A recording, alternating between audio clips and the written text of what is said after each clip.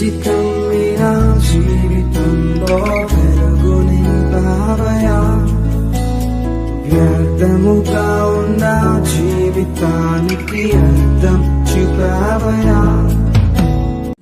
సమయంలో దేవుని యొక్క బిడ్డలమైన మనందరం కొరక కొంత సమయము దేవుని వాక్యమును వినడం కొరకు ప్రయాసపడదాం. అందరం కూడా ఈ సమయంలో దేవుని మాటలను శ్రద్ధగా విందాం. కూడి వచ్చిన అందరికీ ప్రభునామములు శుభములు వందనములు తెలియజేయుచున్నాను.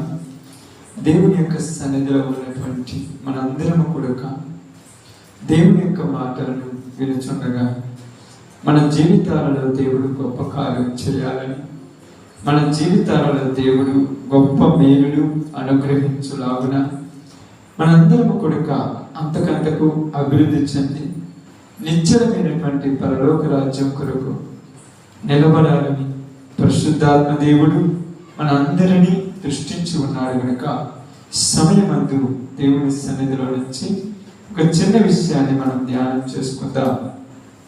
చాలా జాగ్రత్తగా మనందరం కొరకు వాక్యమును వినుడు కొరకు సిద్ధపడదాం. సమయంలో నుంచి బైబిల్ గ్రంథంలో నుంచి అందరం కొడుక బైబిల్ గ్రంథంలో నుంచి యోహాను సువార్త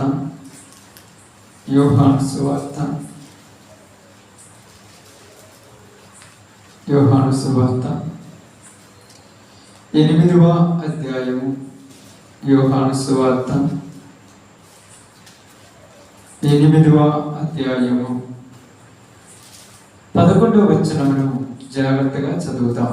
అందరం కూడా చదువుతున్నప్పుడు శ్రద్ధగా విని ఆ మాటలను అర్థం చేసుకోవటానికి ప్రయాసపడదాం. ఆమేన్.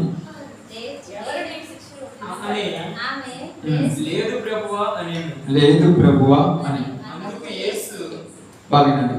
అందుకు యేసు నేనును నీకు శిక్ష విధింపను. చాలు. దేవుడి వాక్య భాగం మన మధ్యలో ఆశీర్వదించిన కాక ఆమేన్. ప్రియ సహోదరి సహోదరులారా, ఈ సందర్భము మనందరికీ సుపరిచయం, అందరికీ తెలిసినటువంటిది. ఈ సందర్భంలో ఉన్నటువంటి ఈ మాటను ఈరోజు మనం జాగ్రత్తగా విందాం. అక్కడ రాయబడినటువంటి సందర్భము, వ్యభిచారంతో పట్టుబడినటువంటి ఒక స్త్రీని యేసుక్రీస్తు వారి దగ్గరికి వాళ్ళు తీసుకొని వచ్చి, ప్రభువా, ఈమె పాపము చేయుచుండగా మేము చూసి తీసుకొని వచ్చాము, ఈమెను రాళ్లతో కొట్టి చంపాలని ధర్మశాస్త్రం చెబుతుంది కదా, ఏమి చేయలేము అని చెప్పినప్పుడు యేసు ప్రభు వారు వాళ్ళతో ఏమన్నారంటే, మీరు ఎవరైనా ఏ పాపం చేయని వాడు ఉంటే వాడు మొదట ఆమె మీద రాయి వేయవచ్చును అని చెప్పి అక్కడ సందర్భము మనందరికి అర్థమైంది. అలా మాట్లాడిన తర్వాత యేసు ప్రభు వారు అంటున్నాడు, అమ్మా, ఎవరైనా నీకు శిక్ష విధించలేదా? ఎక్కడ ఉన్నారు? ఎందుకు విధించలేదు అని అడిగినప్పుడు ఆమె లేదు ప్రభువా. అప్పుడు యేసు ప్రభు వారు మాట్లాడుతున్న మాట ఏమంటున్నారంటే, నేనును నీకు శిక్ష విధించను. ఈరోజు మన యొక్క వాక్యములో ఉన్నటువంటి ఒక సందర్భమును, ఒక సందేశమును మనం జాగ్రత్తగా వినుట కొరకు ప్రయాసపడదాం.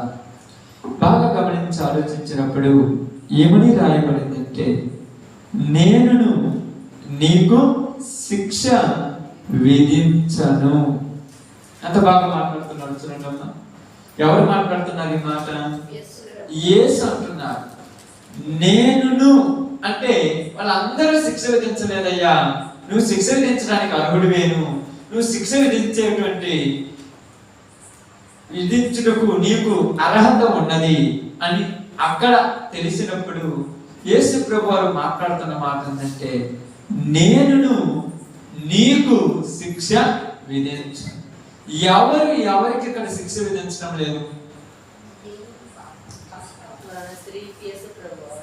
పాపాత్మురాలైన స్త్రీకి యేసు ప్రభు వారు శిక్ష విధింపలేదు.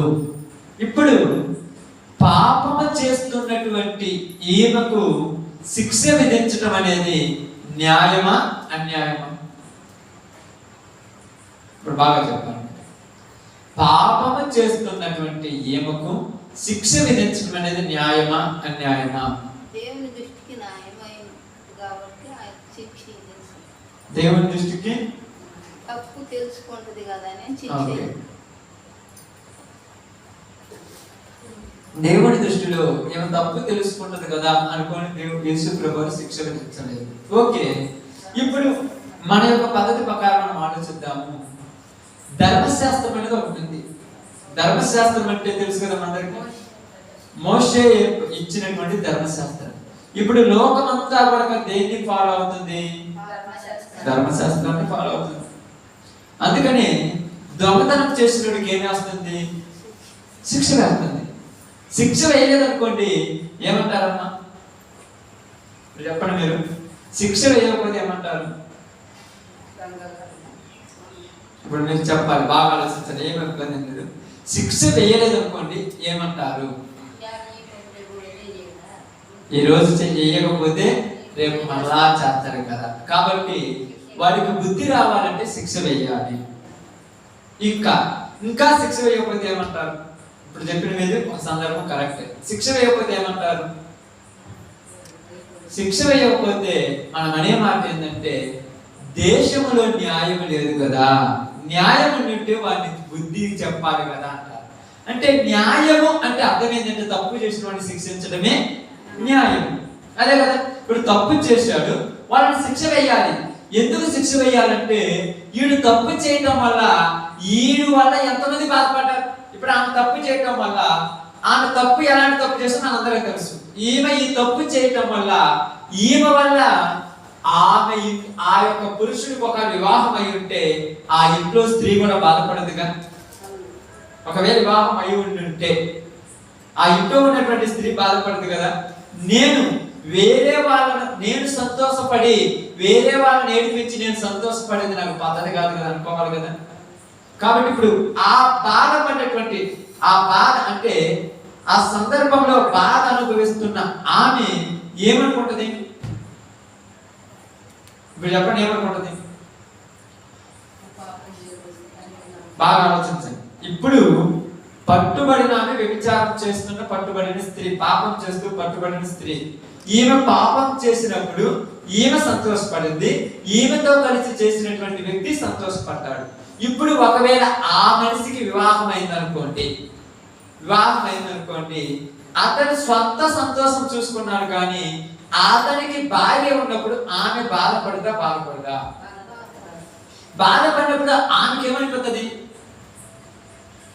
ఇప్పుడు చెప్పండి, బాధపడుతుంది కదా, ఆమె మనసులో ఏముంటది?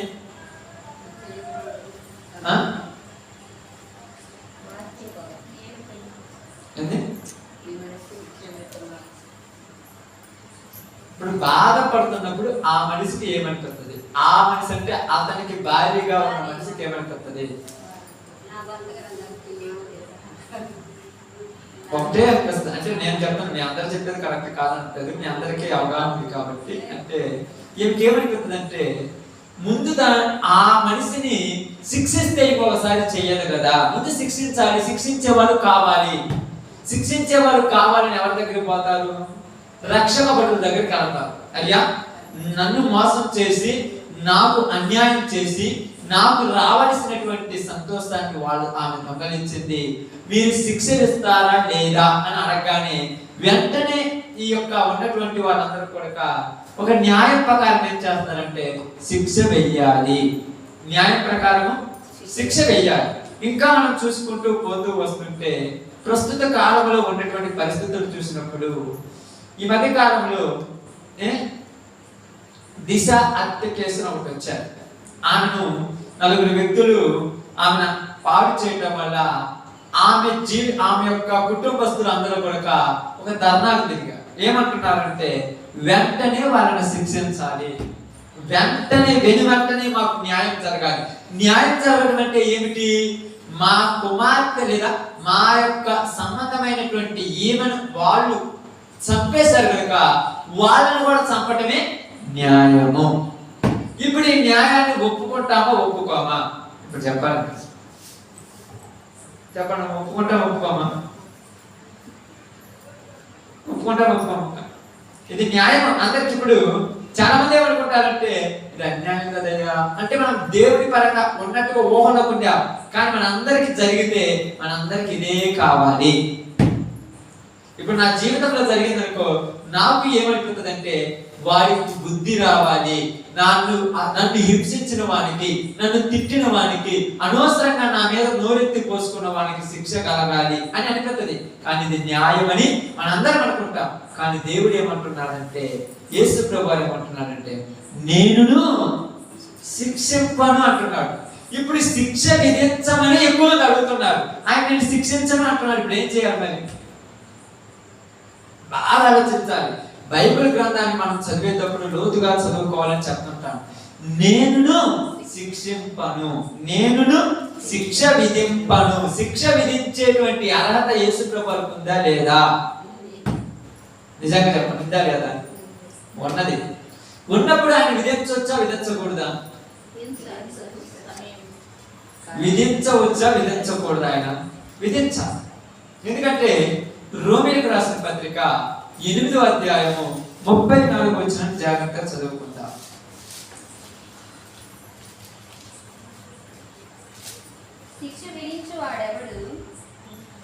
శిక్ష విధించువాడు ఎవడు? చనిపోయిన క్రీస్తు యేసు. అంటే శిక్ష విధించేది ఎవరంట? యేసు ప్రభువే. ఎప్పుడు? మరో గురించి మాట్లాడుతుంది ఇక్కడ. ఇప్పుడు చనిపోయి తిరిగి లేచినటువంటి యేసు ప్రభువు శిక్ష విధించే అర్హత ఉన్న ఆయన బతికినప్పుడు కూడా శిక్ష విధించే అర్హత ఉందా లేదా చెప్పాలి. చనిపోయి తిరిగి లేచిన తర్వాత అర్హత ఉంది. ఇప్పుడు ఆయన చనిపోక ముందు ఆయనకు అర్హత ఉందా లేదా? ఉన్నది. బైబిల్ అక్కడ అదే చెప్తుంది. అమ్మా మీ ఏమన్నాడు అక్కడ? మీరు ఎవరైనా తప్పు చెయ్యని వాడు ఉంటే మొదట ఆమె మీద రాయి వేయచ్చు అన్నాడు. అర్థం చేసుకోండి, రాయి వేయాలంట తప్పు చేయని వాడు ఉంటే. ఇప్పుడు అందరూ రాళ్ళు వేద్దాం అనుకున్నారా? వేయకూడదు అనుకుని వచ్చారు అక్కడికి. రాళ్ళు వేయాలనుకున్నారు. ఇప్పుడు యేసు ప్రభువు అన్న మాట తర్వాత అందరూ రాళ్ళు ఏం చేశారు? కింద పడేశారు. ఇప్పుడు యేసు ప్రభువు శిక్ష విధించలేదంటే యేసు ప్రభు కూడా ఎవరో ఒకడేనా? అంటే కాదు. కాబట్టి ఆయనకి ఏం అర్హత ఉంది? శిక్ష విధించే అర్హత ఉంది. శిక్ష విధించే అర్హత ఉన్నవాడు కాబట్టి ఆయన శిక్ష విధించటం వల్ల అన్ని తెలిసిన వాడు ఆచితూచి మాట్లాడతాడు, తెలియనివాడు ఎదుగుతే మాట్లాడతాడు. అన్ని తెలిసిన వాడు ఎక్కడ ఎలాగ ఉంటాడో జాగ్రత్త కలిగి ఉంటాడు, తెలియనివాడు ఎక్కడ కూడా అలాగే ఉంటాడు. ఇప్పుడు యేసు ప్రభు వారికి అర్హత ఉన్నది, శిక్ష విధించే అర్హత ఉన్నది. కానీ ఆయన ఏమన్నాడంటే శిక్ష విధింపను అన్నాడు. మనమందరం ఏమనుకుంటున్నామంటే వాడు మారతాడేమో అని, వాడు మారతాడేమో అని శిక్ష విధించొద్దు అని చెప్పాడు అన్నాడు. పేతురు యేసు ప్రభు వారి దగ్గరికి వెళ్ళాడు. బాగా యేసు ప్రభు వారి దగ్గరికి పేతురు వెళ్ళాడు. వెళ్ళి ప్రభువా, నా సహోదరుడు నాకు విరోధముగా తప్పు చేశాడు, అంటే నాకు వ్యతిరేకంగా పాపం చేశాడు. నేను ఒకసారి క్షమించాను, 2 మార్లు క్షమించాను, 3 మార్లు క్షమించాను, ఇంకెన్నిసార్లు క్షమించాలి అని అడిగాడు. అప్పుడు యేసు ప్రభు అన్నాడు, నువ్వు ఎన్నిసార్లు క్షమించావంటే 7 అంటే సంపూర్ణం. 7 అంటే సంపూర్ణం, పూర్తయిపోయింది. నేను 7 మార్లు క్షమించాను, ఇంకా చాలా అంటే యేసు ప్రభు ఏమన్నాడు?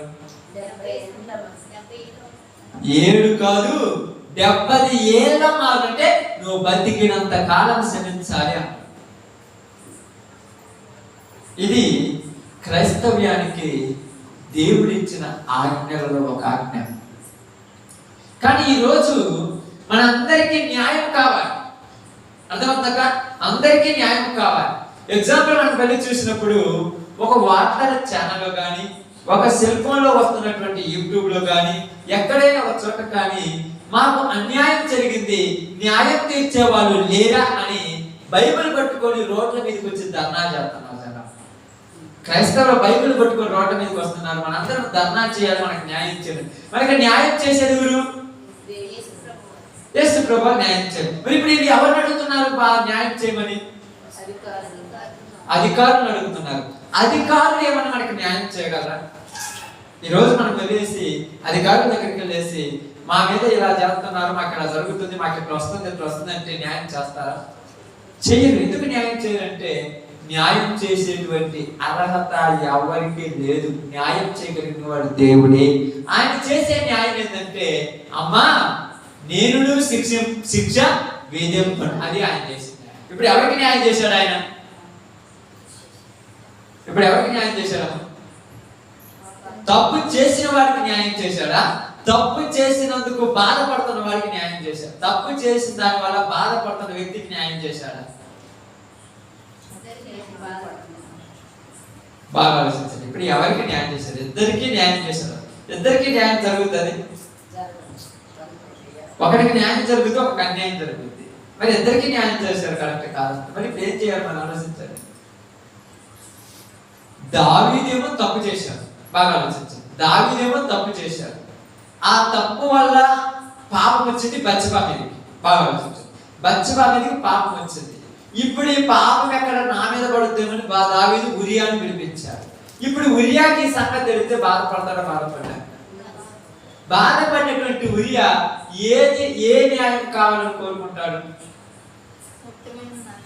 అది ఎలాంటి న్యాయం కావాలనుకుంటాడు? దావీదును ఒక్క దెబ్బకు తునాతున కలిసి ప్రభువా అంటారా? ఏమన్నా అంటాడా? అదే అంటాడు, ఏమన్నా అంటాడా? ఎందుకంటే దావీదు చేసింది అన్యాయం, న్యాయం కాదు. ఇప్పుడు మనకు కూడా ఏమడిపోతుంది? కోపం మనకు కూడా వస్తుంది కదా, రాదా? మనకు కూడా కోపం అవుతుంది. దావీదు చేసింది అన్యాయం. దేవుడు అనేవాడు అంటే ఎందుకు క్షమించాలి?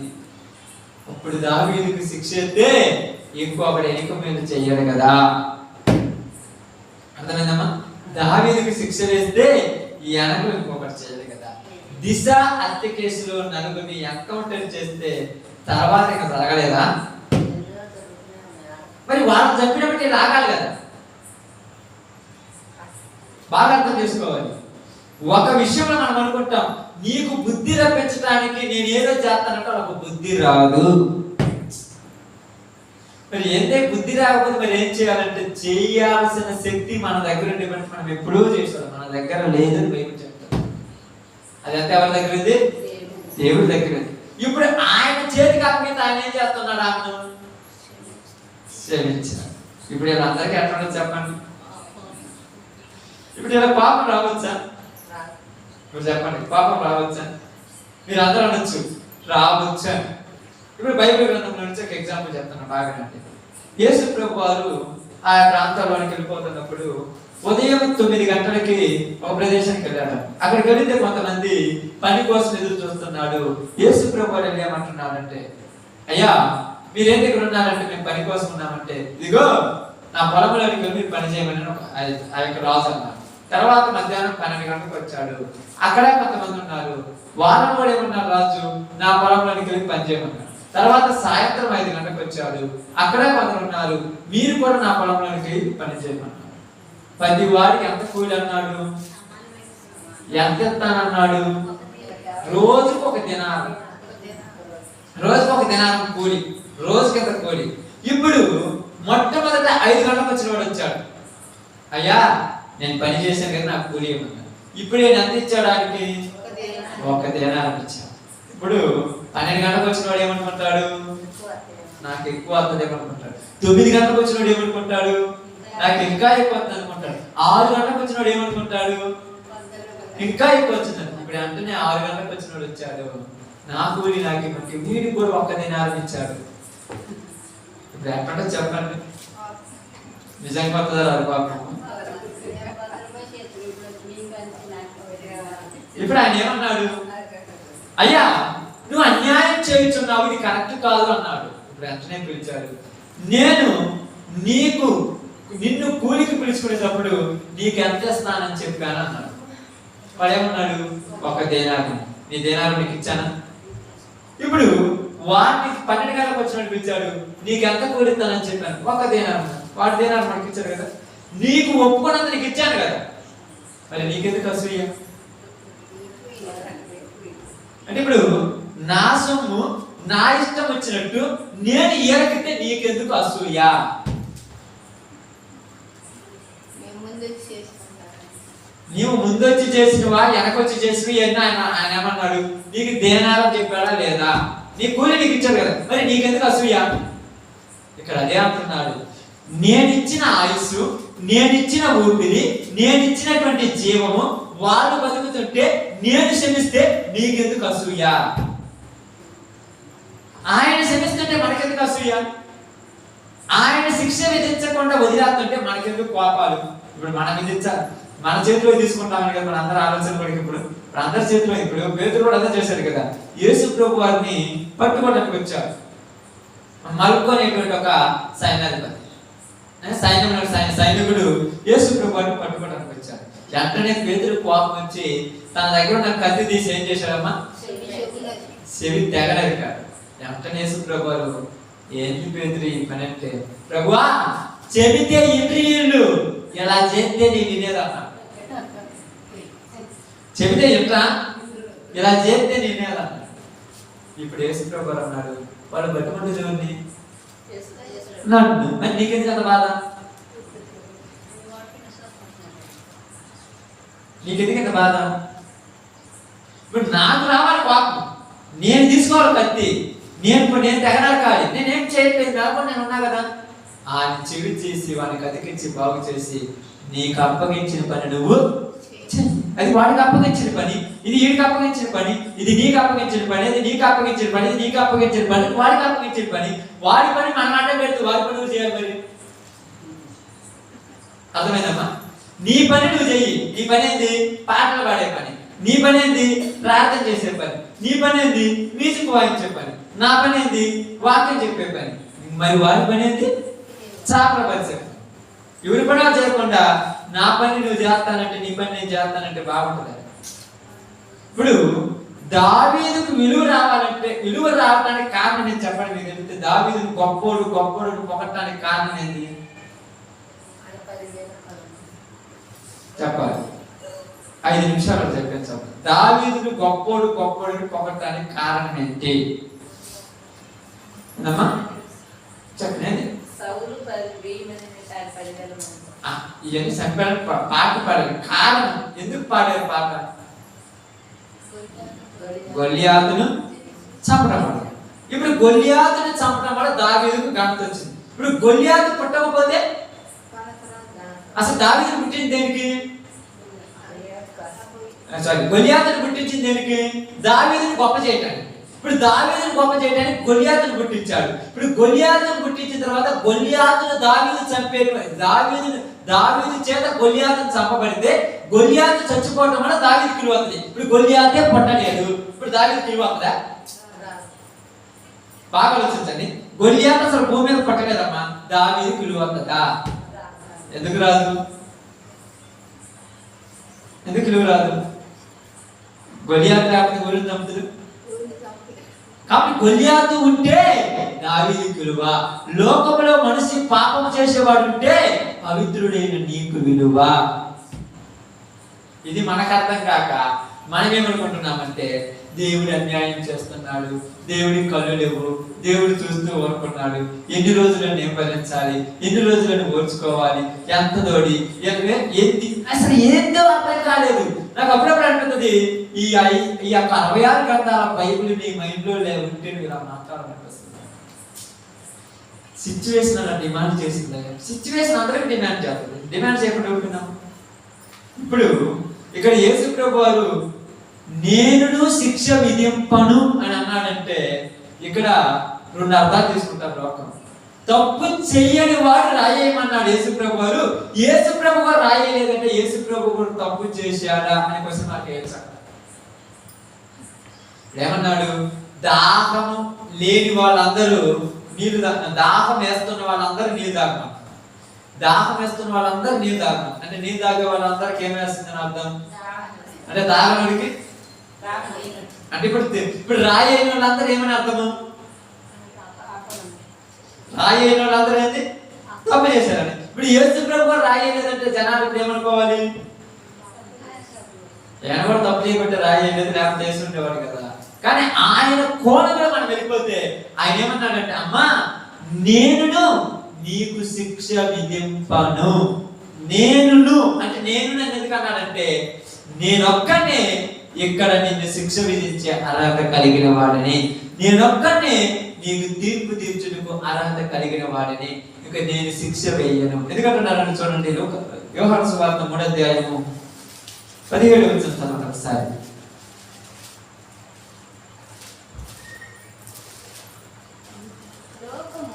లోకము తన కుమారుని ద్వారా రక్షణ పొందుటకే కానీ లోకమునకు తీర్పు తీర్చుటకు దేవుడు ఆయనను లోకములోనికి పంపలేదు. ఎవరిని అంటే యేసు ప్రభువుని లోకములోనికి దేనికి పంపాడు? రక్షించడానికే పంపించాడు, తీర్పు తీర్చడానికి పంపించలా. తీర్పు తీర్చడానికి పంపించుంటే బాగుంటే తీర్పు తీర్చటం ఆయన. ఎందుకంటే లూకాసు వార్త లూకాసు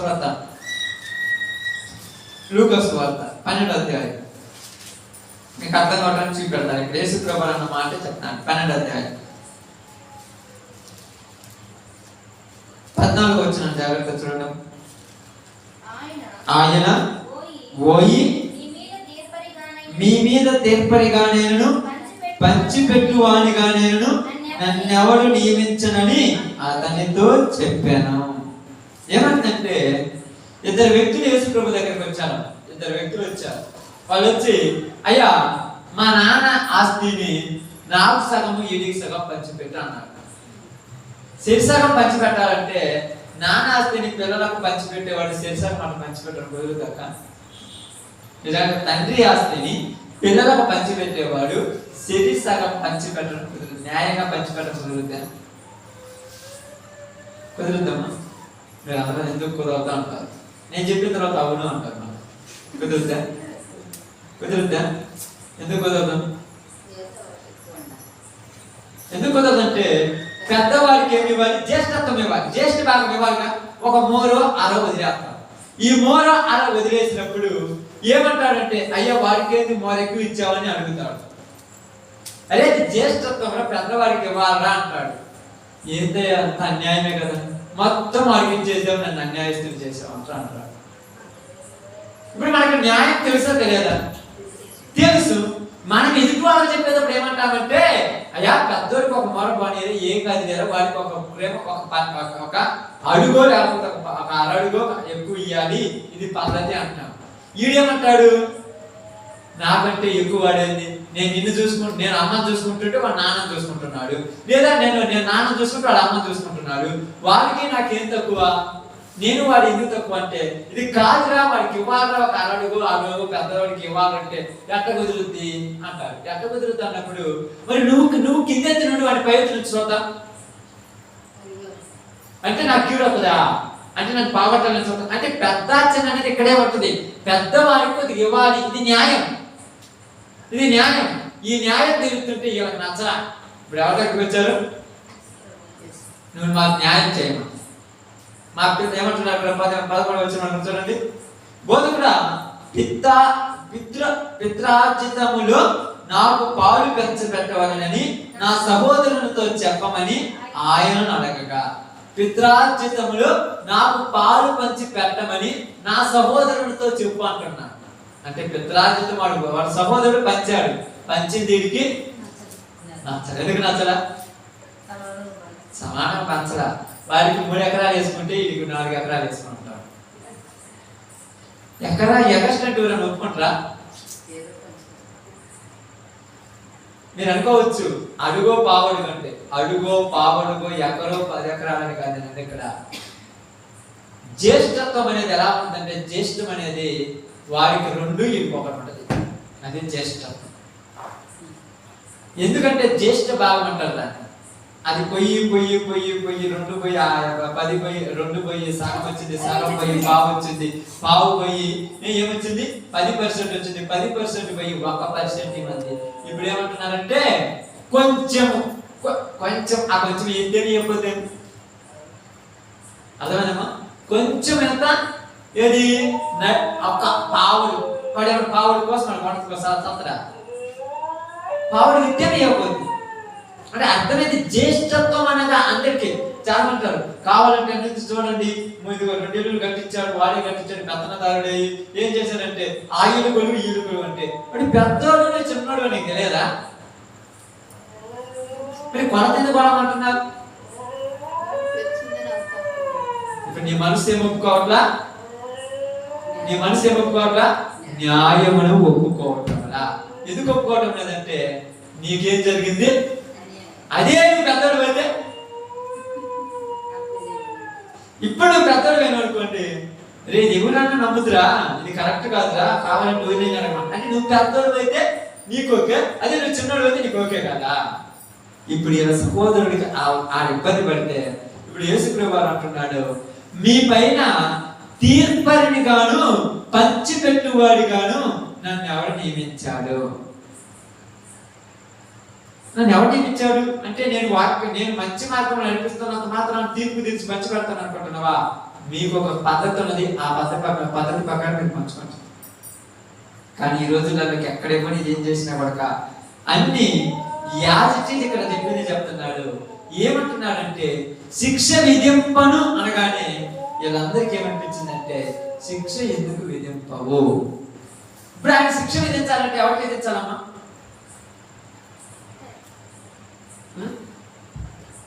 శిక్ష విధించాలంటే ఎవరికి విధించాలి చెప్పండి? బైబిల్ గ్రంథంలో నుంచి రోమీయులకు రాసిన పత్రిక 3వ అధ్యాయము 9వ వచనం ఒకసారి చదువుదాం. 3:9.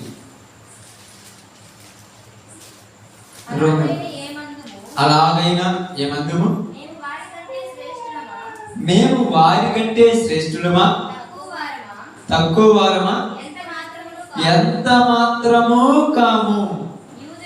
యూదులేమి గ్రీసు దేశస్థులేమి అందరూ పాపమునకు లోనై ఉన్నారని ఇంతకు ముందు దోషారోపణ చేసి ఉన్నాం.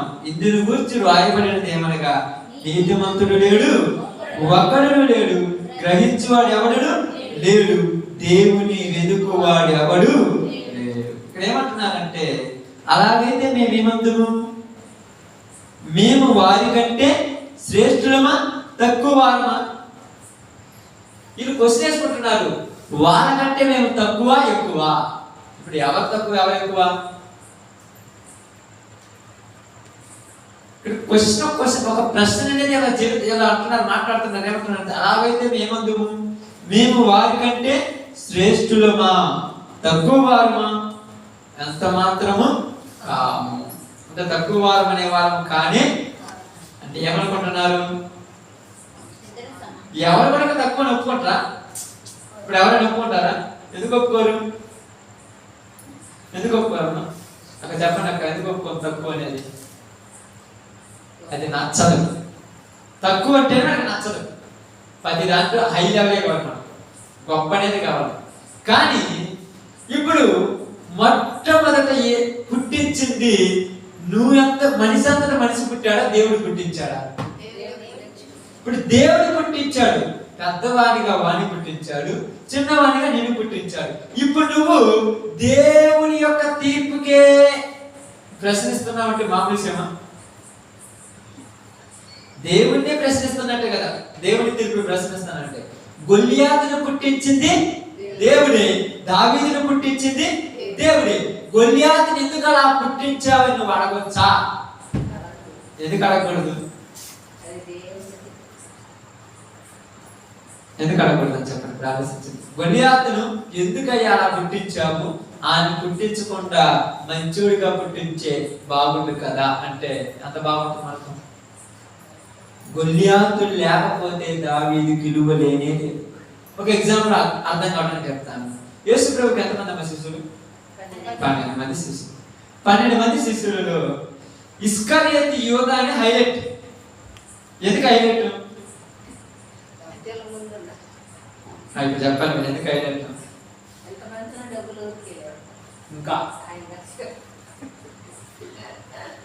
ఇంకా చెప్పేది కరెక్ట్గా చెప్తే అయిపోదు. ఇంకా ఎందుకు హైలైట్?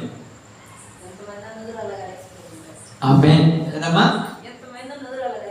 ఇప్పుడు ఇస్కరియోతు యూదా లేకపోతే ఊరు పట్టియాలి. ఎలా ఊరిని పట్టించాలంటారా? ఊరిని పట్టించాలంటారా? అసలుకి ఇస్కరియోతు యోధాను పుట్టించిందే దేనికి? యేసు ప్రభుని బట్టేయడానికి. ఇప్పుడు యేసు ప్రభుని బట్టి వస్తే అందరూ వచ్చి ఇస్కరియోతు యోధాను తిడితే ఏమనుకుంటాడు ఆయన? నేను చేసే పనికి మీరు అతనికి వస్తున్నారా, నాకు ఇబ్బందిగా ఉంటుందా? ఇప్పుడు ఆయన నోట్లో ఏమనిపించింది? ఆ మొక్క దించి ఏమన్నాడంటే, ప్రభువా నేనంటే నేను ఎవరికి మొక్క అప్పగిస్తాను వాళ్ళే అన్నాడు. ఇప్పుడు మొక్క తీసి ఎవరి నోట్లో పెట్టాడు? ఇస్కరియోతు యోధాకి ఇచ్చాడు. ఇప్పుడు ఇస్కరియోతు యోధాకి ఇస్తే యోధాకు తెలుసా తెలియదా నేనే అప్పగించదని? అందరి ముందు బుద్ధి వచ్చేతో చెప్పినా కూడా మారొచ్చుగా, మరి ఎందుకు మారలేదు? ఇంకా చెప్పు, చెప్పింది కరెక్ట్ కాదు, ఎందుకు మారలేదు? ఇప్పుడు ఇస్కరియోతు యోధా మారితే సెలవులో కూలి అప్పగించాలి, మనం పోయి అప్పగిద్దామా? ఇప్పుడు ఇస్కరియోతు యోధా మారింది అనుకుందాం, ఒకవేళ మారిపోయారు, మారుస్తుంది, మరి ఎవరు అప్పగించాలి యేసు ప్రభుని? ఇప్పుడు పుట్టించిందే అందుకోసం. ఏమన్నాడు? ఇదిగో ఎవడైతే యేసు ప్రభువును అప్పగిస్తాడో ఆ మనుషునికి శ్రమ, వాడు పుట్టక ఉండిని ఎడల వానికి మేలు.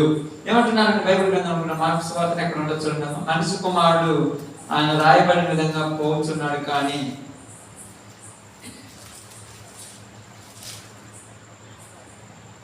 చూడండి ఎక్కడైనా మీకు కనపడితే చూద్దాం. మార్కు సువార్తలో కానీ మార్కునమ్మా, మార్కు సువార్త 14:21 నిజముగా మనిషి కుమారుడు ఆయన గూర్చి రాయబడినట్టు పోవుచున్నాడు. అయితే ఎవని చేత మనిషి కుమారుడు అప్పగించబడుచున్నాడు ఆ మనిషినికి శ్రమ, ఆ మనుషుడు పుట్టి ఉండని ఎడల వానికి మేలనెను. ఇప్పుడు వాడిని పుట్టించింది దేనికి? అప్పగించడానికే పుట్టించాడు. ఆ పని మీద వచ్చాడు వాడు, వచ్చింది అదే పని మీద. ఇప్పుడు మన అందరం ఉంది వీడికి బుద్ధి ఉంటే సరే, తెలివనే లేదు, ఎన్ని చేయాలి, కొద్దిగూకుడు యేసు ప్రభుత్వం ఉన్నాడు, ఎంత చెప్పినా ఎందుకురా వీడికి పని, ఇంకా జాలి కలగలేదన్నప్పుడు జాలి కలిగేంత మనిషి అయితే, జాలి కలిగేంత పరిస్థితి వస్తే యేసు ప్రభువుని అప్పగించమని పేతురు రావాల్సి వస్తుంది.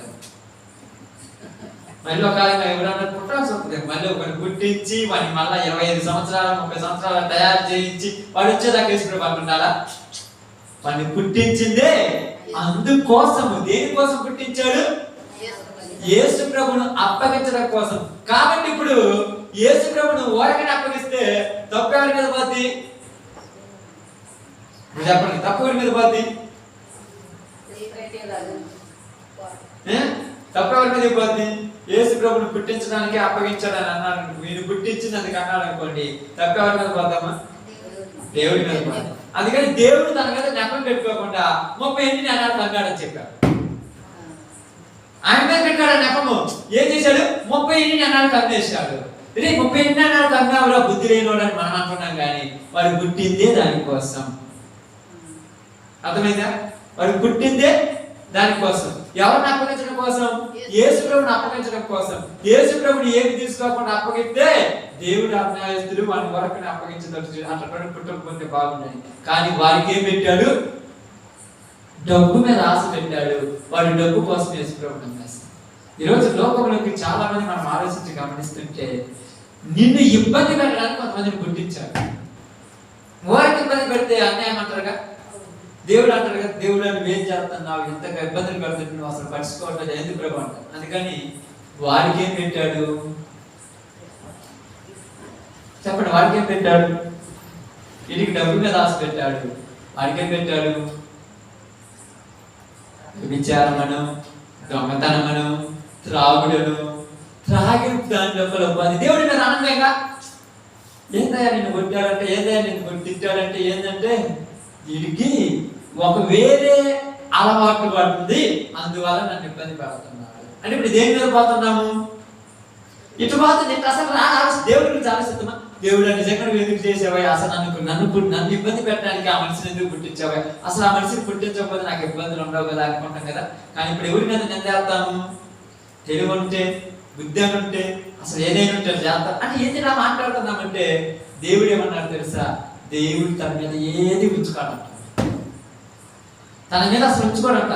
అప్పుడప్పుడు ఊరికి చాలా మంది ఏమంటారు తెలుసా, ఊరికనే చచ్చిపోయాడు కింద పడ్డంట, ఊరికనే చచ్చిపోయాడు అట్లా ఏమంటారు, ఏమంటాము హార్ట్ అటాక్ వచ్చిందంట, ఎదురు దగ్గర కింద పడ్డాడంట, పాతుంటే భయపడ్డాడంట. అంటే నెపనంతా ఎవరి మీద, దేవుడి మీద అసలు ఉంచుకోడు. ఆయన న్యాయం కలిగినాడుగా. ఆయన కారణాలు చాలా ఉంటాయి. మనం ఏమనుకుంటాం తెలుసా, నేనేం తప్పు చేయకపోయినా నాకు కడుపు నొప్పి పోతుంది, నాకు నడుము నొప్పి పోతుంది, ఏమి లేదు. కారణాలు చాలా ఉంటాయి. నువ్వు వెతికితే కారణాలు బయటకు వస్తాయి. అందుకని ఈమెను శిక్షించమని అందరూ అడుగుతున్నారు. ఆయన నేను శిక్షింపను అన్నాడు. ఎందుకు శిక్షింపను అన్నాడంటే, ఆమె పుట్టకపోతే యేసు ప్రభు గొప్పతనం ఎలా జరగాలి మనకు? ఈరోజు నీ గొప్పతనము, నీ గొప్పతనము, నా గొప్పతనము, మన గొప్పతనం తెలియాలంటే వాళ్ళు ఉండాలి. ఇప్పుడు నువ్వు యేసు ప్రభు వారు ప్రార్థన చేస్తున్నాడు తండ్రి అని దేవుడికి. మీ అందరికీ తెలుసు ఏమిటి ప్రార్థన చేస్తున్నాడు అంటే, లూకా సువార్త 24వ అధ్యాయం అనుకుందాం, చూద్దాం. లూకా సువార్త 21వ అధ్యాయం, 22వ అధ్యాయం అనుకుంటా, 22వ అధ్యాయం 21 నుంచి చదువుతాం. 22 నుంచి చదవండి. 42 నుంచి చదవండి. 21, 42, 22, 42.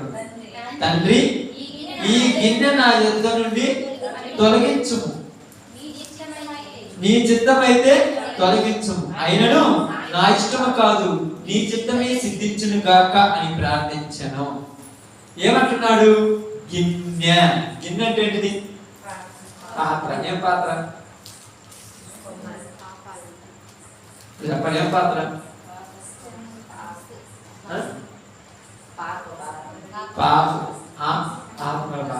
పాత్ర అంటే పాత్ర అంటే పాత్ర. ఈ గిన్నె, ఈ పాత్ర. అప్పుడప్పుడు మీరు చాలా సినిమాలు, సీరియల్ చూసి అలవాటు ఉంటుంది కదా, మనస్ఫూర్తిగా చెప్పండి, లేదు కదా? ఉన్నప్పుడు ఒక్కొక్కరు ఒక్కొక్క పాత్రలో పోషిస్తారు వాళ్ళు. ఒక ఆమెమో హీరోయిన్ గా, అంటే భార్య పాత్ర. ఆమె నిజంగా అతని భార్య కాదు, ఆమె భార్య పాత్ర. ఆ సినిమా వరకు ఆమె అతను తిట్టినా పట్టినా పడి ఉండాలి, భార్య కదా అనుకుంటా. మనం చూసేటప్పుడు వరకు ఏందిరా, ఏమేమో వాళ్ళకి సంబంధించినామా, ఇతరేమో అక్కడ సంబంధించినామా, ఏమి దొరుకుతుంటే ఏమి ఎందుకు పడుతుంది మనం ఎప్పుడైనా అనుకుంటాం. అది చూసేటప్పుడు ఎందుకు అనుకోము, అక్కడ మనం ఏమైపోయి ఉంటాము, దాంట్లో నిమగ్నం అయిపోయి ఈయన భార్య కాబట్టి ఆయన తిడుతున్నాడు. అది ఏంటిది? ఆయన చేసే పాత్ర. ఇప్పుడు ఆ పాత్రకు ఆయన న్యాయం చేయాలా, అన్యాయం చేయాలా? న్యాయం చేస్తే అప్పుడు ఏమంటారు, వాడికి అవార్డు ఇస్తారు. అది ఏదైనా కానీ, నంది అవార్డు అను, లేకపోతే ఆస్కార్ అవార్డు అను, ఫిలింఫేర్ అవార్డు, ఏదో ఒక అవార్డు ఇస్తారు. అంటే బాగా యాక్టింగ్ చేసినట్టే చూసే వాళ్ళు ఎవరు కూడా వీడు నటిస్తున్న దాన్ని బట్టి చూస్తే వీడి పాత్రకి వీడు న్యాయం చేశారు కాబట్టి వీడికి అవార్డు ఇచ్చిన ఇబ్బంది లేదు. ఇప్పుడు జీవితంలో మనం ఎందరం కూడా ఒక్కొక్క పాత్రలో మనం ఉన్నాం. ఇది మన పాత్ర అంతే. బైబిల్ గ్రంథం అంతా ఏమని చెప్తుంది, ఈ లోకంలో మనం ఏమైనామంట, యాత్రికులము పరదేశులమై ఉన్నాం. మనం వచ్చాము, మన తండ్రికి మళ్ళా మనం వెళ్ళాలి. వచ్చిన తర్వాత నీ పాత్ర, నీ పాత్ర, నీ పాత్ర నువ్వు చేయాలి. ఈ పాత్ర నువ్వు చేసేటప్పుడు ఈ పాత్రలో ఒక్కోసారి ఏమవుతుందంటే, ఆ పాత్రలో గోడ దొక్కాలంటుంది. నేను ఎప్పుడు కూడా మంచం పడితే నేను గోడకి దూకోలేను, దీని బదులు దీనికి ఏమంటారు తెలుసా, దీనికోసం ఏదైనా మామూలు అయితే గ్రాఫిక్స్ కానీ ఏదైనా కట్టమంటే వాళ్ళు ఏమంటారు డైరెక్టర్స్, గ్రాఫిక్స్ పెడితే కరెక్ట్ గా ఉండదు, నువ్వు దూకితేనే బాగుంటుంది అంటే నా వల్ల కాదంటే, అప్పుడు వాడు దాన్ని చేయలేకపోవడం వల్ల ఆ పాత్ర వల్ల ఆ యొక్క సినిమాకు మైనస్ అయింది అనుకోండి. నువ్వు దూకుంటే బాగుండేది, దానికి గ్రాఫిక్స్ పెట్టడం వల్ల అంతా చెడిపోయింది, ఈసారి నేను తీసుకోము అంటారు. అదేవిధంగా మనకు దేవుడు అప్పగించిన ఈ పనిలో మన పాత్రలో కొన్ని ఉంటాయి, అవి మనం చెయ్యాలంటే. నువ్వు చెయ్యాలంటే చేస్తే రేపు నీకు ఒక అవార్డు, అదే దేవుడిచ్చే జీతం. మరి అయ్యా, నరకానికి పంపించడానికి వాళ్ళని పుట్టించాడా అని మీకు డౌట్ రావచ్చు. వాళ్ళని నరకానికి పంపించడానికి పుట్టించాడా? పుట్టేది. మరి ఎందుకు పుట్టించాడు వాళ్ళు?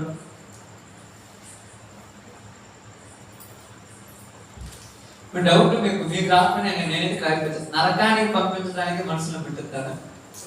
మరి ఎందుకు పుట్టించారు బ్రదర్? ఇప్పుడు తప్పు చేస్తున్నా వాళ్ళు తప్పు చేయాలి, యేసుప్రభుని అప్పగించిన తర్వాత ఊరి పెట్టుకొని చచ్చిపోయిన తర్వాత ఎక్కడికి వెళ్ళిపోయాడు?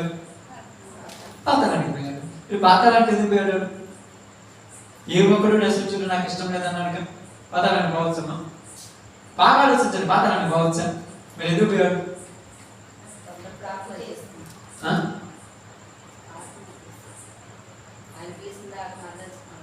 బైబిల్ గ్రంథంలో మత్తయి సువార్త కానీ లోక సువార్తలలో కానీ ఉపమానాలు చెప్పేటప్పుడు మాట చివరిలో రాస్తూ ఉంటారు. ఏమంటారంటే అపవాదికిని వాని దూతలకును సిద్ధపరచబడిన దానిలోనికి వాళ్ళందరూ త్రోసివేయబడేది. వాళ్ళందరూ ఎవరు? వాని సంబంధికులు. ఇప్పుడు పరిశుద్ధాత్మ ఎలాగైతే నిన్ను నన్ను పట్టుకొని పరలోకానికి తీసుకెళ్తానని ప్రయాసపడుతుందో వాడు కూడా వాళ్ళ సంబంధులలో పడి వాళ్ళని దేశపడడానికి రెడీ అయిపోయారు. మరి ఎవరయ్యా ఇదంటే, ఒక ఎగ్జాంపుల్, ఒక చిన్న మాట చెప్పాలంటే గురుగులు. నువ్వు ఎంత చెప్పినా ఏం చేసినా కూడా గురుగులు అంతే. ఒక మాట మీకు మొత్తం ఎవరైనా చెప్పడం కూడా కంటే కూడా ఎగ్జాంపుల్ ఏంటంటే గురుగులు. ఈ గురుగుకు ఈరోజు మనం ఆలోచించి చేస్తున్న పరిస్థితి ఏంటంటే, ఈయనేమన్నాడు తెలుసా? క్షమించేస్తున్నాడు. ఎవరిని క్షమిస్తున్నాడు? గోధుమని క్షమిస్తాడు, గురుగుని క్షమిస్తున్నాడు. ఎందుకు క్షమిస్తున్నాడంటే శిష్యులతో ఒక మాట చెప్పాడు, మనందరం తెలుసు. అయ్యా ఏమన్నాడు? యుగ సమాప్తి వరకు రొట్టెని పెరగనివ్వండి. ఎందుకు పెరగనివ్వమన్నాడు? ఒకవేళ మీరు గురుగులు పెరిగేస్తుంటే గోధుమలు కూడా వస్తాయేమో. ఇప్పుడు మనమేమంటాము? గురుగులే లేకపోతే మేము బాగుంటాం కదా అంటాం. అర్థమైంది మీ అందరికీ? అసలు మనం ఇబ్బంది పెట్టేవాళ్ళు లేకపోతే పొద్దుగులు ప్రార్థనే చేస్తాం కదా, పాటే పాడతాం కదా, దేవుడిని స్థుతిస్తాం కదా, ఇబ్బంది లేకపోతే చేస్తాం కదా. అంటే ఇబ్బంది లేకపోతే నీకంటే ఏముంది? ఇబ్బందులు ఉంటేనే కదా ఘనత. ఏసేపు ఐగుప్తులకు పోయినప్పుడు తన అన్నోళ్ళు అమ్మేసినప్పుడు ఏసేపు వాళ్ళ అన్నోళ్ళు అమ్మేయప్పుడు తిరిగి ఉండేదా? వాళ్ళ అన్నోళ్ళు అమ్మేశారు, బుద్ధి లేని మనం అనుకోవచ్చు. కానీ ఏసేపు ఎలా ఆలోచించాడు? వాళ్ళకి తెలుసు ఏం ఆలోచించాడు?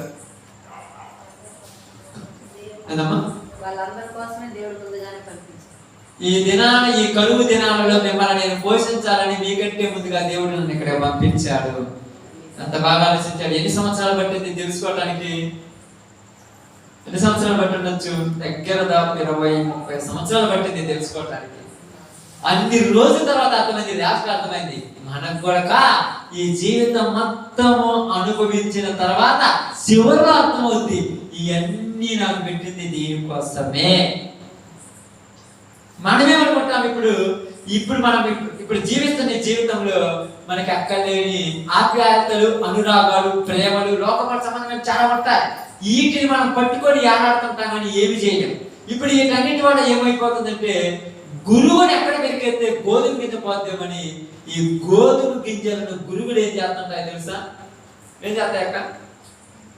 ఇప్పుడు అందరూ పొలమేశారు కదా అక్క, అందరూ పొలాలు పోయారు, మించి పెరుగుతుంటాయి. మించి పెరిగి ఏం చేస్తాయి? వాటిని అనిసివేయాలని చూస్తాయి. కానీ అనిగిపోతాయా? అనిగిపోతాయా? అనిగిపోవు. ఎందుకు అనిగిపోవు? ఎందుకు అనిగిపోవు? ఎందుకు అనిగిపోవు? మీకు బాగా అర్థం కావడానికి చెప్తాను. అనిగిపోవు, అనిగిపోతాయి అనే దాని గురించి చెప్తే, ఎప్పుడైతే ఈ గడ్డి అనేది పెరిగి ఆ మొక్కను అనిసివేస్తుంది దాని మీద పడి అనేది కొట్టేయమని కాదు, ఇది బాగా పెరగటం వల్ల అది ఏమవుదు? ఉరెక్కదు, పెరగలేదు. అలాగని చుట్టుపక్కల ఏమున్నాయి? గడ్డి ఉండటం వల్ల మధ్యలో ఉన్న మొక్క ఏం కావట్లా? ఉరెక్కటం లేదు, అంటే పెరగటం లేదు. ఎందుకు పెరగటం లేదంటే గడ్డి ఉన్నది. ఇప్పుడు మనమేమనుకుంటాము? సేద చేసి గడ్డిని తీసేస్తే మొక్క పెరుగుతుంది అనుకుంటా. కానీ సేద చేయకుండానే మొక్క పెరగాలనే ఆలోచన ఉంటుంది. ఇప్పుడు సేద చేయాలి, న్యాయం అయితే. ఇప్పుడు సేద చేయాలంటే గడ్డి మొత్తం ఏం చేయాలి? పీకేయాలి. పీకేయకూడదు. మనకి అక్కడ పాయింట్ ఇక్కడ పీకేయకూడదు. పీకేస్తే బాగుండదు, పీకేయకూడదు. పీకేయకుండా నువ్వేం కావాలి? పెరగాలి. ఎలా పెరుగుతుంది? ఎలా పెరుగుతాయి ఇప్పుడు చెప్పండి?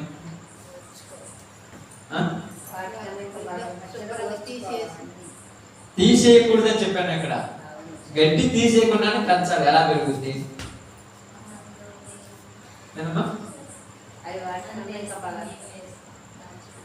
మందు వేసాం. భూమి కండగల భూమి అయితే గడ్డి ఉన్నది, ఇది ఉన్నది, గడ్డి పెరుగుతుంది, ఇది పెరుగుతుంది. ఎలా పెరుగుద్ది మొక్క? అది నేను ఇప్పుడు పాయింట్. భూమిలో సత్వం ఉంటే గడ్డి పెరుగుద్ది, చెట్టు పెరుగుద్ది. ఓకే, మంచిది, సంతోషం. ఓకే, భూమిలో సత్వం ఉంటే గడ్డి పెరుగుద్ది, చెట్టు పెరుగుద్ది. ఇప్పుడు గడ్డి ఇంకా పెరుగుతుంది, చెట్టు పెరుగుతుంది. ఉండే కొద్ది చెట్టుని ఏం చేస్తుంది గడ్డి? ఎప్పుడు అని చేస్తుంది? ఎప్పుడు సత్వం, ఇప్పుడు చెప్పిన అక్క చెప్పినట్టుగా సత్వం ఉంటే పెరుగుతుంది. ఇప్పుడు సత్వం లేదు, సత్వం వేసినాము. సత్వం వేసినా కూడా పెరగాలంటే ఏం కావాలి? మీకు అర్థం? గడ్డికి పురుగు కానీ రాకపోతే చెట్టును అని చేయలేదు. గడ్డి ఉన్నది, చెట్టు ఉన్నది, మొత్తం కాదంటే మీరు చెప్పి కరెక్ట్ పాయింట్, బాగా కరెక్టే కాదంటది. కానీ ఇప్పుడు గడ్డి చెట్టు మొత్తం పెరుగుతుంది, ఈ చెట్టు బాగా పెరగాల, గడ్డి అనిపోవాలి. ఎలా పెరుగుతుంది? చెట్టు గుమ్మాలు వస్తే గడ్డి. ఆమేన్. చెట్టు గుమ్మాలు రావాలి. ఎప్పుడు వస్తుంది?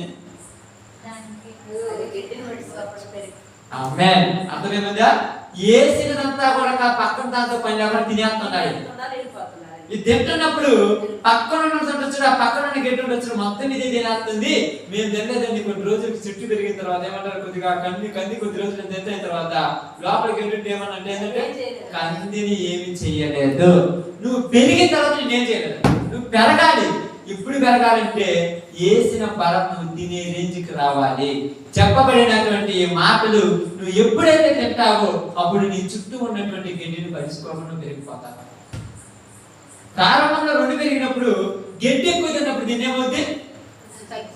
గడ్డి ఎక్కువ తింటది. అప్పుడు ఏమంటే తెలుసా? గడ్డి తిన్నప్పుడు గడ్డి మాట్లాడుతుంది. ఏం మాట్లాడుతుంది? దాని బలము దాన్ని ప్రయోగిస్తుంది నీ మీద. ఇప్పుడు నువ్వు కూడా బలంగా తినమనుకోండి, ఏంటిది? నువ్వు తినమనుకోండి, అప్పుడు గడ్డిని మించి నువ్వు పెరిగిపోతావు. ఇప్పుడు వాక్యం అనేది నీ హృదయంలో ఉంటే గురువుల లోకములో ఉన్నటువంటి దుష్టుని సంబంధాలు వేసేటువంటి ప్రశ్నలకు ఈజీగా తప్పించుకొని నువ్వు పెరగలవు. అది వాక్యం అనే దానికి బలం. ఇప్పుడు యేసు ప్రభువు ఇక్కడ ఏమంటున్నారంటే, నేను శిక్షించడానికి రాలా, నేను దేనికి వచ్చాను? నా పని నేను చేయడానికి వచ్చాను. నా పని నేను చేసుకుంటూ పోతున్నప్పుడు మీ అందరికి ఎలా పెరగాలో భూమి మీదని చూపిస్తూ నేర్పిస్తూ వెళ్ళిపోతున్నాను అన్నమాట. ఆయన పని ఆయన చేసుకుంటూ పోయి మళ్ళీ పక్కన వాళ్ళ గురించి పెద్ద పడుచుకోవాలా. ఆయన పని ఏంది? వచ్చాడు, ఏ పాపం చేయకుండా నీతి కలిగి సువార్త చేస్తూ అందరినీ మారుస్తూ పరలోక రాజ్యం కొరకు తనకు అప్పగించిన పనిని సంపూర్ణం చేసి వెళ్ళిపోయాడు. పౌలు గారు కూడా అదే పని చేశారు. నా పని నేను తుదముట్టించి, నా పని నేను సంపూర్ణం చేసి, ఇక మీద నా కొరకు నీతి కిరీటం ఉంచబడి ఉన్నది. ఇది ఎందుకంటే మీకు ఎగ్జాంపుల్ ఎందుకు చెప్పానంటే, భూమి మీద 2 రకాలలో ఉన్నాం. నువ్వు పెరిగితే నేనేం చేయకపో, నువ్వు పెరగకుండా అలాగనే ఉంటే దాని బలం ఎక్కువైతే నీ బలం ఏమవుద్ది? కొన్ని రోజులు ఆ చెట్టు ఏమవుతుంది తెలుసా? ఆమేన్. ఏందయ్యా ఎలా అయిపోయిందంటే గడ్డిలో చెట్టు ఎండిపోయింది. అదే ఎంత ఎత్తు చెట్టు పెరిగినాయి అనుకోండి, దాన్ని గడ్డి మొక్క దాన్ని ఏమైనా చేయగలవా? చెట్టు కింద ఇవేమవుతాయి? ఎండిపోతాయి. నీలో కూడా దేవుని వాక్యం ఎలా ఉంటే, ఇప్పుడు ఈ యొక్క పాపము చేస్తున్న స్త్రీని యేసు ప్రభు ఎలాగ శిక్షించడో నువ్వు కూడా వాక్యం అంటే శిక్ష కావాలనుకోవడం. ఇప్పుడు వాక్యంలోనూ ఏమంటారు, ప్రభువా నాకు ఎంత దోషం జరుగుతుంటే, ఇన్ని బాధలు వస్తుంటే నువ్వు కళ్ళున్నాయాడు పోయ్యా. వాక్యం లేదు కదా దగ్గర, వాళ్ళు ఏం చేస్తారు? ఇప్పుడు కోపం అందరికి రావచ్చు, రాదక్కడండి కోపం. మన మనసులో యేసు ప్రభు కోపం వచ్చింది. కోపం ఎప్పుడు పడాలి? అప్పుడే పడాలి. ఇప్పుడు దాని బోలుతుంది, మనందరికీ తెలుసు. మనకప్పుడు ఏమైపోతుంది? రాయి అర్థం బోలుతుంది. ఎందుకు వేసావు రాయి అంటే తమాష కోసం వేసామా? ఏమవుతుంది అది? మన మీద పడుతుంది. ఇక చిన్న ఎగ్జాంపుల్ చెప్పాలి. చిన్నప్పుడు నాకు తెలిసినప్పుడు మేమందరం మనకు ఒక బస్సు వస్తుంది. మీ అందరూ తెలుసు కదా. చిన్నప్పుడు నేను చిన్నపిల్లలు, చిన్నపిల్లలు, నేను 6 సంవత్సరాలు 7 సంవత్సరాలు ఉన్నాను. నేను 8 సంవత్సరాలు అటు ఉంటాను. ఆ బస్సు వచ్చినప్పుడు మేము మాట్లాడుతున్నప్పుడు ఆ యొక్క గోళీలు మొత్తం దుఃఖం ఉంటుంది. మా పాపం వచ్చి ఇంతలా రాయి తీసుకుని రాయి తీసుకుని పోయి దాని దగ్గర పోయి టైర్ పడితే ఆ టైర్ వచ్చి మాకే ఆ రాయి టైర్ మీద పాపంతో కొట్టాం, అది వచ్చి ఏమైంది అప్పుడు తెలియదు, దాన్ని కొడితే మళ్ళీ ఎందుకు వస్తుంది అని తెలియదు. ఇప్పుడు ఎందుకు పాపం వచ్చింది, మా గోరీ దుఃఖం పోయాడు మేము మాడుకుంటున్నాను పాపం వచ్చింది. ఇప్పుడు వాడి పని వాడు చేసుకుంటూ వెళ్ళిపోవాలి. మనం అడ్డంగా గోరీలు పెట్టినంత మాత్రం దొరికేసుకుంటూ వెళ్ళిపోతాయి, అయ్యే పగిలిపోతాయి. టైర్ దొరికితే గోళీ పగులుతాయి, పగలదు. మాకేంది మా ఆఫీస్ అయిపోయింది పాపం దాని ఎదురో పోయి రాయి అది వచ్చి కట్టకిన పట్టలు అయితే పడుకుంటాం. అంటే ఇప్పుడు ఎలా అంటే మనం కూడా వాడి పని వాడు చేసుకోకపోయినప్పుడు మనం వాడి మీద పగ సాధించాలనుకుంటే అది మనకే రివర్స్. పగ సాధించేటువంటి పని ఇది కాదు, న్యాయం తీర్చమని అడిగేటువంటి పరిస్థితులు ఇవి కాదు.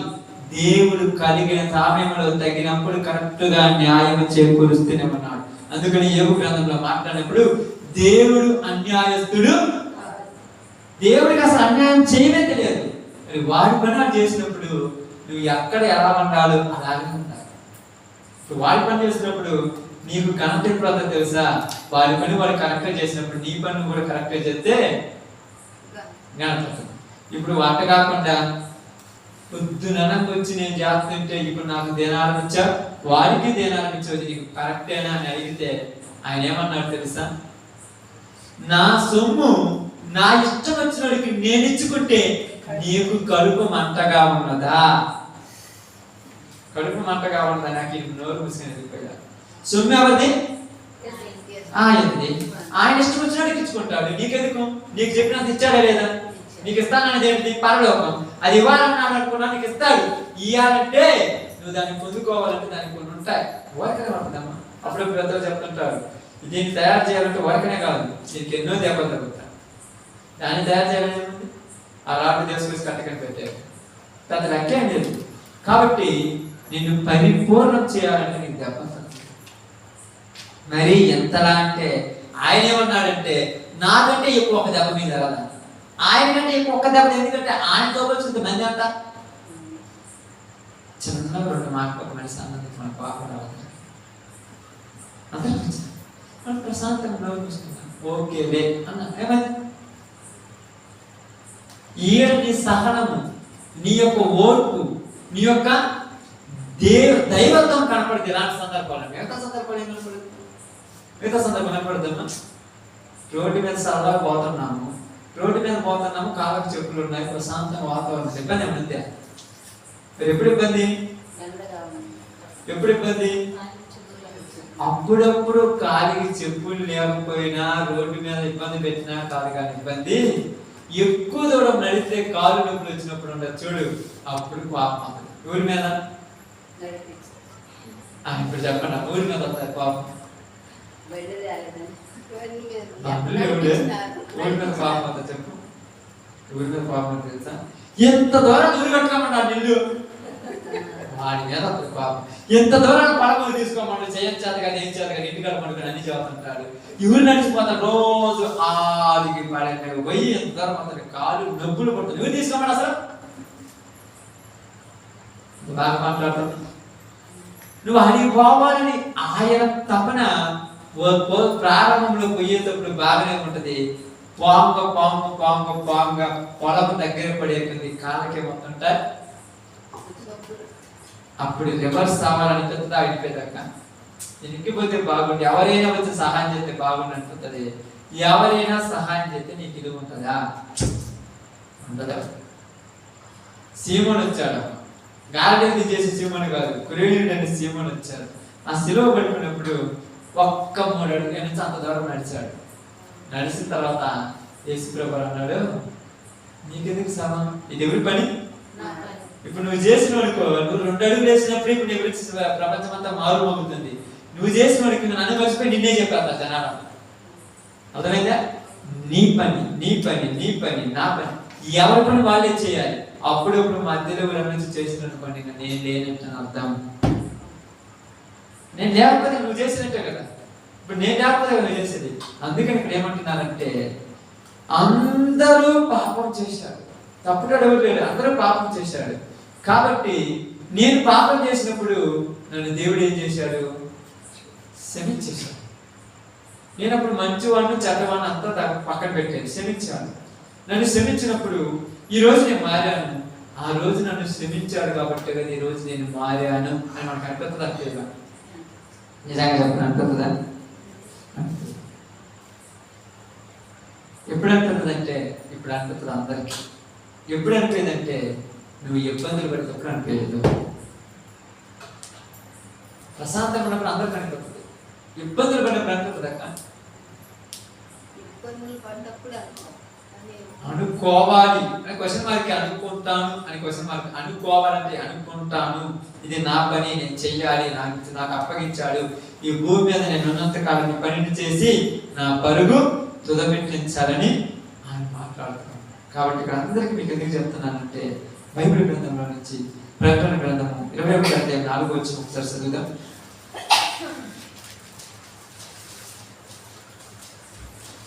21:4 ఆయన వారి కన్నుల ప్రతి బాష్ప బిందువును తుడిచివేయును, మరణం ఇక ఉండదు, దుఃఖమైనను ఏడ్పైనను వేదనైనను ఇక ఉండదు. బాగా దుఃఖమైనను వేదనైనను ఏడుపైనను ఇక ఉండదు. మరి ఇంకేముంటది అంట? అంతా సంతోషము, ఆనందము, దేవుని సన్నిధిలో ఉత్సాహం. అందుకే ఏమన్నారు తెలుసా? ఆయన వారి కన్నుల ప్రతి బాష్ప బిందువును ఎప్పుడు తుడిచేస్తాడు? ఎప్పుడు తుడిచేస్తాడు అంటారు? చెప్పాలి. ఎప్పుడు తుడిచేస్తాడు? ఎప్పుడు తుడిచేస్తాడు? నా కుమారుడా, నీ కొరకు సిద్ధపరచబడినటువంటి రాజ్యమును స్వతంత్రించుకున్నాము. ఎప్పుడు?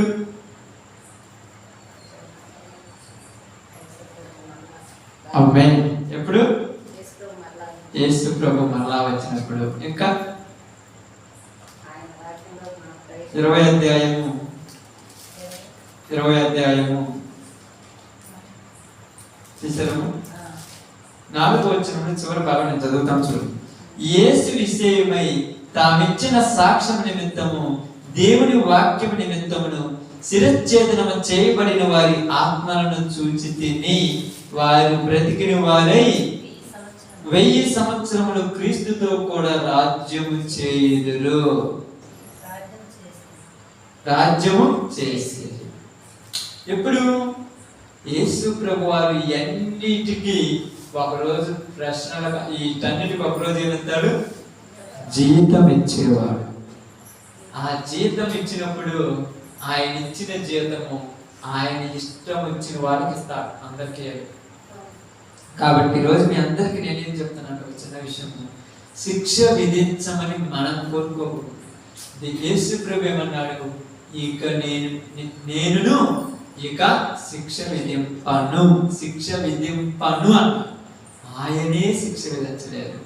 మనం ఈరోజు బతిమిలాడుతున్నాం శిక్షించడం. కరెక్టా కాదు? బతిమిలాడొచ్చా? ఆయనని విధింపను అన్నాడు, కానీ ఆయన శిక్ష విధింపటానికి రాలేదు. మా రక్షించడానికి ఆయన వచ్చాడు. మనం శిక్ష విధించమంటాం కరెక్ట్ కాదు. మరి బాధగా అంటే నువ్వు పుట్టింది దానికోసమే. ఎక్కడుందంటే నేను మళ్ళీ బాగా తిన్నట్టు చాలా ఉంటాయి. క్రైస్తవుడు అయినందుకు ఏమి చేయాలంట? శ్రమ అనుభవించాలి.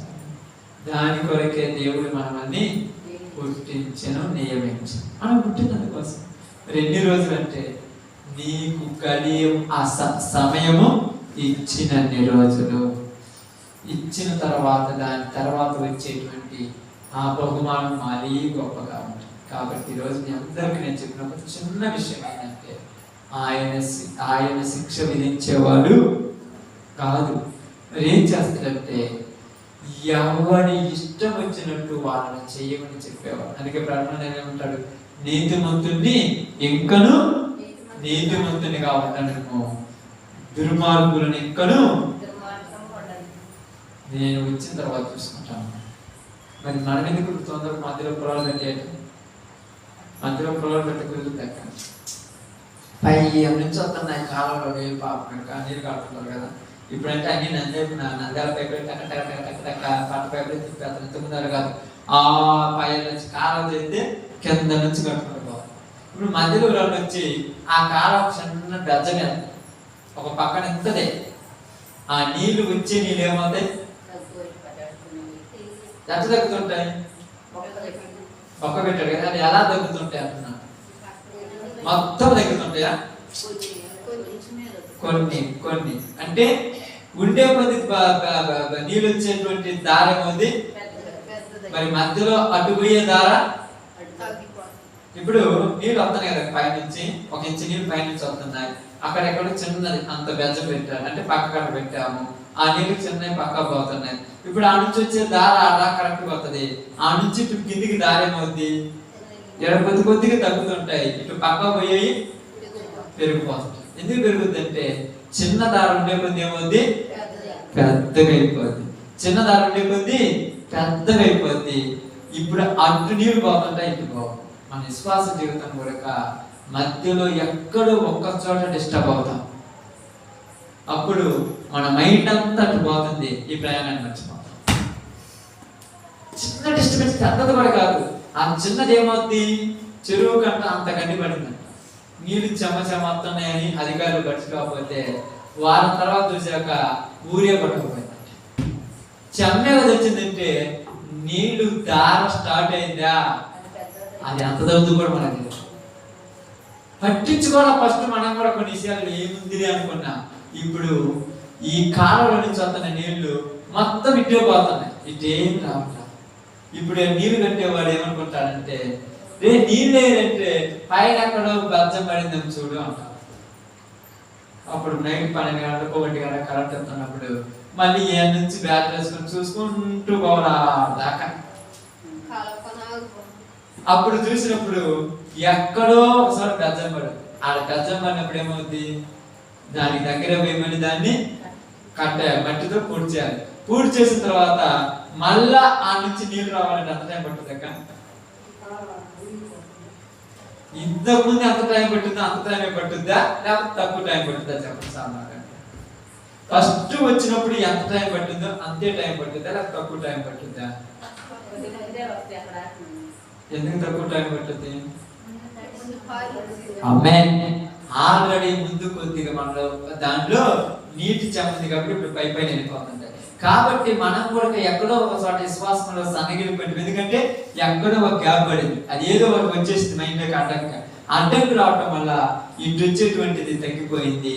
ఇప్పుడు మళ్ళా అక్కడ కట్టేసిన అనుకో, దాన్ని ఆపేసిన అనుకో, ఇప్పుడు వెంటనే ఒక్కసారిగా రావు, వెంటనే పారుతాయి. కానీ ఇంతకు ముందు అంత నిదానం కాదు, ఇంకొద్దిగా ఎక్కువగా పారుకుంటూ వచ్చి ఎక్కడ నీళ్ళు ఇవ్వాలో అక్కడ ఇస్తారు. అలాగనే మనలోనికి వచ్చి నీ వాక్యం మన చేత పని చేయించడానికి వస్తున్నప్పుడు మనకి ఎక్కడో ఒక చోట చిన్న గడ్డి అనేది ఒక డిస్టర్బెన్స్ పడటం లేదు. అది నీ జీవితంలో ఏదనుకోండి, అది డబ్బు పిచ్చి కానీ, ధనాత్మ, లేకపోతే లోక సంబంధమైన కోరికలు కానీ, లోక సంబంధమైన ఆలోచనలు కానీ, లోక సంబంధమైన ఇష్టాలు కానీ, ఏదో ఒక డిస్టర్బెన్స్ పడుతుంది. అక్కడెక్కడో కట్టబడితే ఉండే కొద్ది నీళ్ళు వచ్చే కొద్ది అటు పెరిగిపోతుంటది ఎక్కువ, అటు పోతుంది ఎక్కువ. ఈ ఆలోచనలన్నీ దానికి వెళ్ళిపోతుంటాయి. ఇక్కడికి వచ్చి చూసాక నేను చెట్టుకు నీళ్ళు అంతా, చెట్టుకు నీళ్ళు అందకపోతే ఏమైంది, చెట్టు రే ఈ చెట్టు ఏంటిరా వాడిపోతుందంటే నీళ్ళు అందలేదు. ఎందుకు అందలేదంటే పైన బెజ్జం పడింది చూడండి.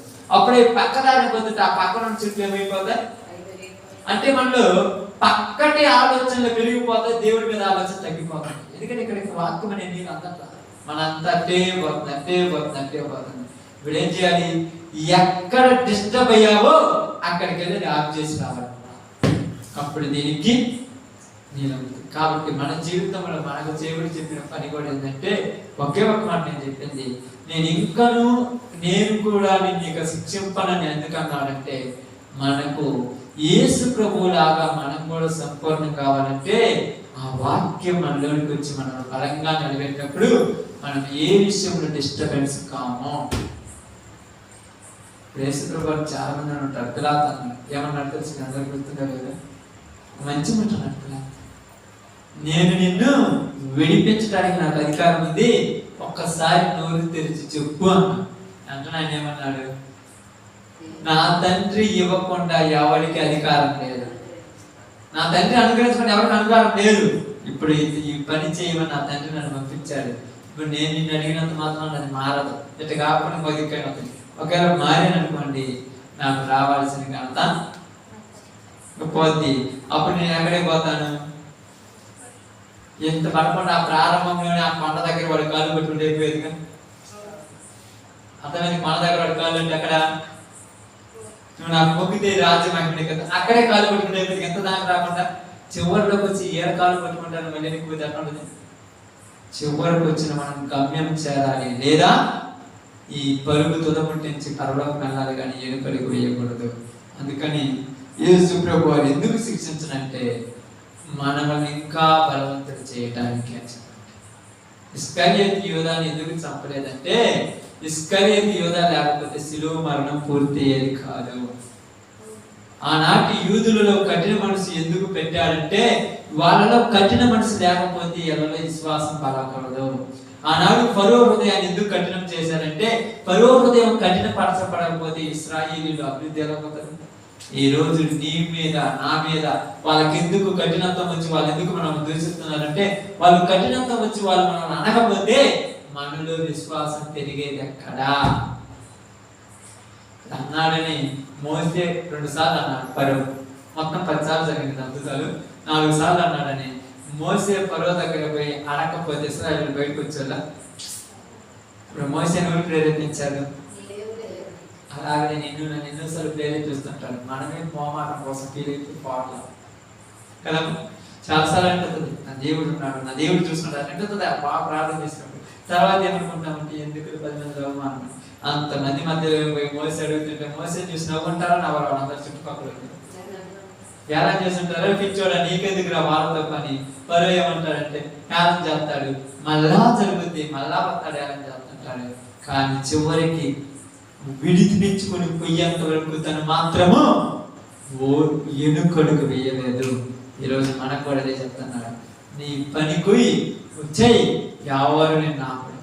దాంట్లో కష్టం వచ్చినా నష్టం వచ్చినా ఇరుకులు వచ్చినా ఇబ్బందులు వచ్చినా ఎనుకడుగు వేయొద్దు. ఎందుకంటే నువ్వు నేను శిక్షించమని కదా అడగాల్సింది, ఇంకా భరించుటకు కావలసిన శక్తిని పోయ్యానట. అదే కదా యేసు ప్రభువు చెప్పింది, నీ జంతమైతే ఈ గిన్నె నా ఎదురుని తొలగించమని. కానీ వెంటనే పరలోకం నుంచి ఒక దూత ఆయన ఏం చేసిందంట, బలపరిచింది. పోయి అమ్మటే భుజాన్ని ఎత్తుకొని వెళ్ళిపోతున్నారు శిలువ. అంతేసి ఎత్తుకొని వెళ్ళిపోయాడమ్మా. వాళ్ళు వెంటనే తిరుగుతున్నారు, దూషిస్తున్నారు, ముఖం మీద వేసారు. శరీరంలో ఎక్కడ కూడా కనీసం గ్యాప్ లేదంట. శరీరం మొత్తం ఎలా ఉందంట, తున్నబడిందంట. పొలం దున్ని చెప్పండి చూడ, అసలు తున్నబడిందంట. పట్టుకుంటే మంటలు చేస్తున్నాయంట, ఎక్కడ పట్టుకున్నా మంటలేనంట. ఎందుకు నీకు ఇదంతా? ఒక్కసారిగా నేను చెయ్యలేదని చెప్పచ్చుగా, వదిలేస్తానంట. చెప్పను, ఎందుకంటే ఈ పని చెయ్యటానికి నా జగత్తు పునాది వేయబడకమునిపే నేను నియమించబడ్డాను. ఈ పని నీకు రావాలని, అవమానాలు నీకు రావాలని, ఈ నిందలు నీకు రావాలని, ఈ ఇబ్బంది నీకు రావాలని జగత్తు పునాది వేయబడకమునిపే దేవుడు మనం నియమిస్తే, ఈ చిన్న వాటికి భయపడి మనం తప్పించుకోకపోతుంది అంట. చిన్నవాటి భయపడి తప్పించుకోకపోతే కుదురుతాక అప్పుడు రేపు ఆ నిలబడి ప్రభువా నన్ను కూడా అంటే నీకు ఛాన్స్ లేదు.